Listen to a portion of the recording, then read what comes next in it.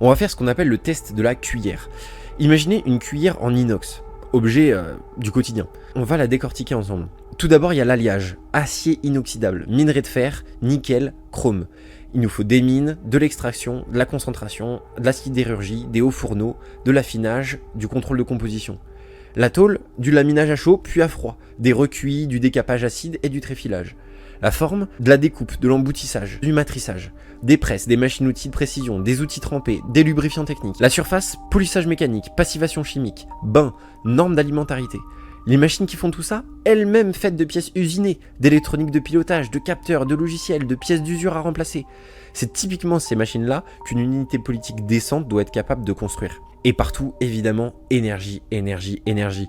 Des transformateurs, des réseaux, des maintenances, des pièces détachées, de la logistique, de la métrologie, de la sécurité, bref. En gros, dans une simple cuillère se cache toute une chaîne industrielle entière. Aucune commune, même héroïque, ne peut internaliser cette profondeur de procédés. Bon courage à Saint-Félix-de-Bourdeille ou Champeau et la Chapelle-Pommier pour fabriquer des machines de thermosoudage.